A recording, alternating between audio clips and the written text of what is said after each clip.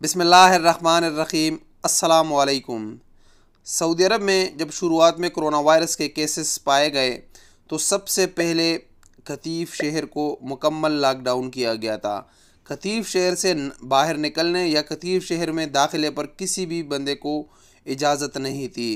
लेकिन अल्हम्दुलिल्लाह पिछले कई दिनों से कतीफ शहर में कोरोना वायरस की तादाद इंतहाई कम हो चुकी है। कभी एक कभी दो केसेस सामने आती है, जिसकी बिना पर सऊदी गवर्नमेंट ने फ़ैसला किया है कि कतीफ शहर से ये पाबंदी हटा दी गई है।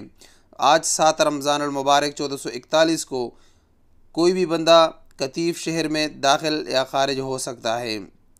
इसी तरह जैसे कि गवर्नमेंट ने ऐलान किया था कि पूरी सऊदी अरब में सुबह 9 से 5 बजे तक कर्फ्यू नहीं होगी। ये शर्त अभी कतीफ शहर पर भी लागू होगा। वहाँ पर भी सुबह 9 से लेकर शाम 5 बजे तक कर्फ्यू नहीं होगी।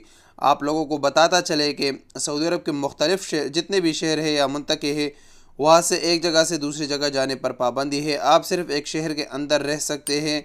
सऊदी हुकूमत ने सिर्फ रमज़ान की खातिर ये कर्फ्यू में नरमी की है कि सुबह 9 बजे से शाम 5 बजे तक आप अपनी एक्टिविटीज़ को जारी रख सकते हो, लेकिन आपको एहतियाती तदाबीर पर अमल करना लाजिम होगा। अगर कोई भी शख्स एहतियाती तदाबीर पर की खिलाफ वर्जी करते हुए पकड़ा गया तो उसके खिलाफ कार्रवाई की जाएगी और उसको भारी जुर्माना या जेल में भी भेजा जा सकता है। लिहाजा आप सब जितने भी एहतियाती तदाबीर है उस पर अमल करें ताकि इस वबा से हम सब की जान छूट जाए।